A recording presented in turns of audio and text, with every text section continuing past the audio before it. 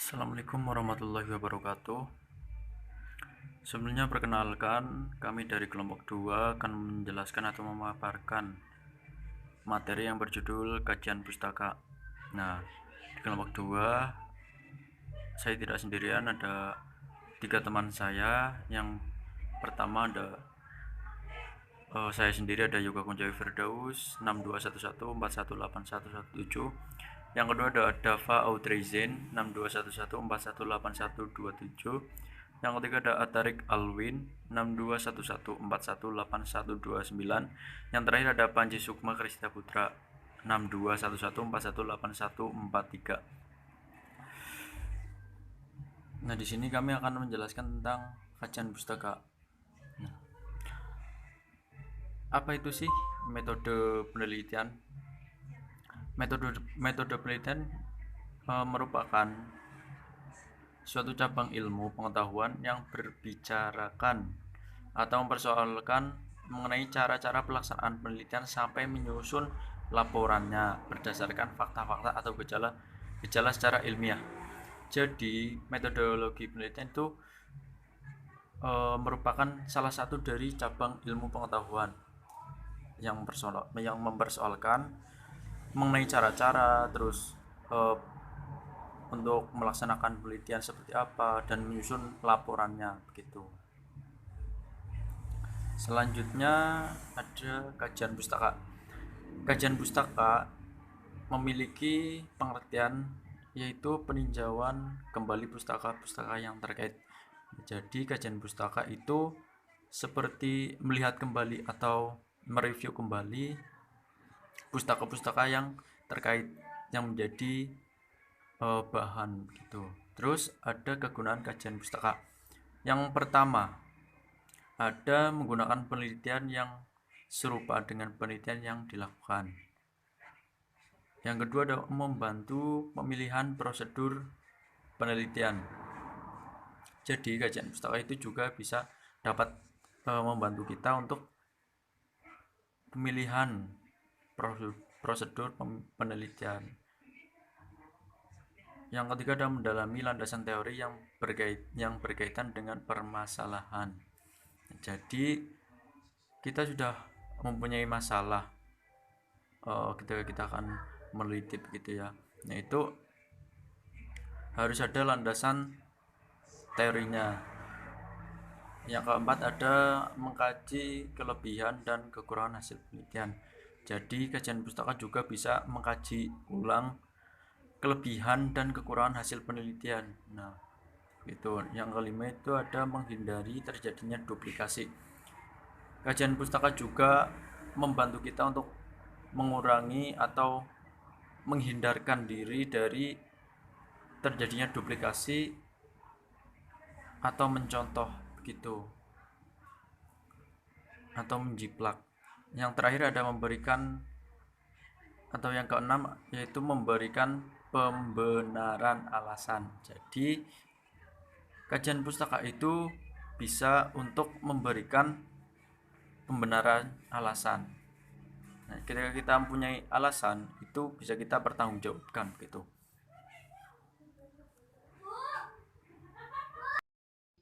Assalamualaikum warahmatullahi wabarakatuh. Saya Dava Audreyzen NIM 127 dari kelompok 2 akan mempresentasikan materi tentang langkah awal dan cara penulisan kajian pustaka. Yang pertama, saya akan menjelaskan tentang langkah awal cara menulis kajian pustaka. Di sini ada 3 poin. Yang pertama yaitu mencari informasi ke perpustakaan maupun internet berupa artikel maupun buku. Yang kedua yaitu menyiapkan butir-butir yang perlu untuk dicatat informasi dalam pustaka tersebut. Butir-butir yang dimaksud yaitu kelengkapan sumber informasi dan kriteria informasi. Yang ketiga yaitu menyiapkan kartu atau buku guna mengumpulkan informasi yang relevan. Yang relevan itu maksudnya yang sesuai apa yang ingin kita bahas dalam kajian pustaka tersebut, dan untuk menyiapkan sistematika pengumpulan. Yang berikutnya saya akan menjelaskan tentang penulisan kajian pustaka. Penulisan kajian pustaka terbagi menjadi 3 poin. Poin pertama yaitu pertahankan fokus perhatian Anda pada masalah penelitian. Tujuannya agar penulis tetap relevan dan sesuai dengan apa yang dibahas, dalam artian tidak melenceng ke pembahasan yang lain.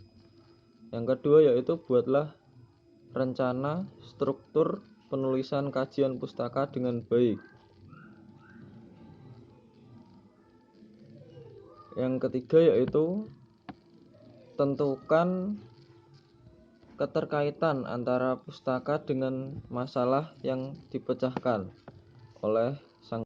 Jenis kutipan atau citasi itu ada dua bagian. Yang pertama, kutipan tidak langsung. Kutipan tidak langsung itu adalah ide ataupun konsep orang lain yang dikutip dengan menggunakan kata-kata penulis peneliti sendiri. Pada penulisan kutipan dengan format American Psychological Association atau yang disingkat APA,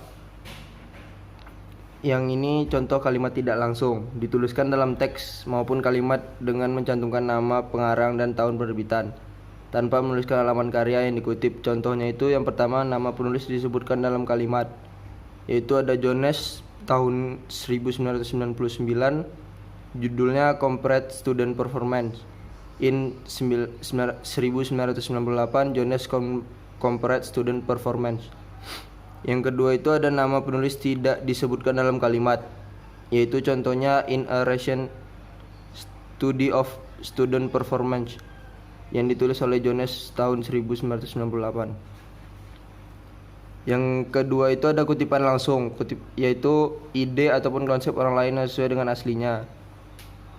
Pada penulisan kutipan dengan format American Psychological Association atau apa, ya yang pada kutipan langsung ditulis dengan menyebutkan nama pengarang, tahun terbit, dan halaman teks atau kalimat yang dikutip. Kutipan langsung dibedakan menjadi dua jenis, yaitu kutipan langsung pendek dan kutipan langsung panjang. Contoh pada kutipan langsung pendek yaitu kalimat yang dikutip kurang atau sama dengan 40 kata. Kutipan langsung pendek dituliskan dalam teks dengan memberikan tanda petik di awal dan di akhir kutipan. Contohnya, nama penulis tidak disebutkan dalam kalimat. She stated students often had difficult using APA style. Jones 1998, p. 199. But she did not offer an explanation as to why. Yang kedua ada nama penulis disebutkan dalam kalimat, according Jones tahun 1998, yang judulnya Student often had difficulty using APA style, especially when it was their first time. P. 199. Jones 1998 found student often had difficulty using APA style. P. 199. What implication does this have for teacher? Ya, assalamualaikum warahmatullahi wabarakatuh. Di sini saya akan menjelaskan tentang kutipan langsung panjang. Kutipan langsung panjang adalah kalimat yang dikutip dari lebih dari 40 kata. Kutipan langsung panjang ditulis dalam paragraf tersendiri dengan jarak 5 ketuk atau spasi dari margin sebelah kiri dan tetap dalam jarak 1,5 spasi. Kemudian contohnya penulisan kutipan. Jika karya yang dikutip ditulis lebih dari 6 pengarang, yang ditulis hanya nama keluarga atau belakang penulis pertama dengan memberi inisial et al. Mengutip dari beberapa karya penulis yang berbeda dan tahun penerbit dalam satu kalimat atau kutipan yang diambil dari sumber yang berbeda-beda. Kemudian karya dengan nama belakang penulis yang sama. Jika mengutip dari karya dengan nama belakang penulis yang sama dengan kutipan sebelumnya, nama depan penulis perlu dicantumkan dengan kutipan yang berikutnya. mengutip rumus hasil penelitian harus mencantumkan nomor halaman selanjutnya. Mengutip dari kutipan, jika mengutip dari sumber yang mengutip, nama penulis asli dicantumkan pada kalimat dan nama penulis yang mengutip dicantumkan pada akhir kalimat kutipan. Tidak ada nama penulis. Jika tidak ada nama penulis, tuliskan 1 atau 2 kata pertama dari judul buku atau halaman web. Jika mengutip dari buku atau website, judul ditulis dalam cetak miring. Jika mengutip dari artikel jurnal atau majalah atau surat kabar, judul ditulis dalam huruf tegak dengan memberi tanda petik di awal dan di akhir kutipan tersebut.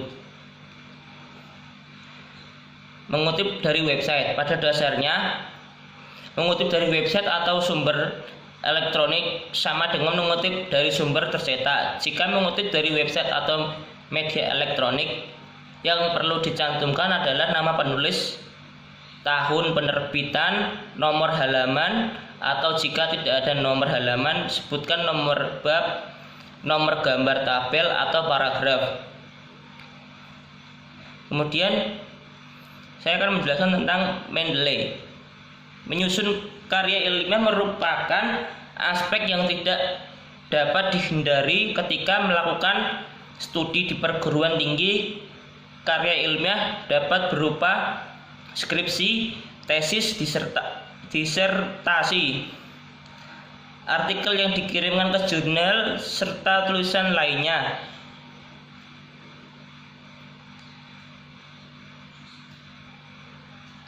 Kemudian fungsi dari Mendeley. Fungsi Mendeley sebagai libraris disertai dengan kemampuan yang digunakan sebagai pengolah daftar pustaka dalam penyusunan karya tulis ilmiah.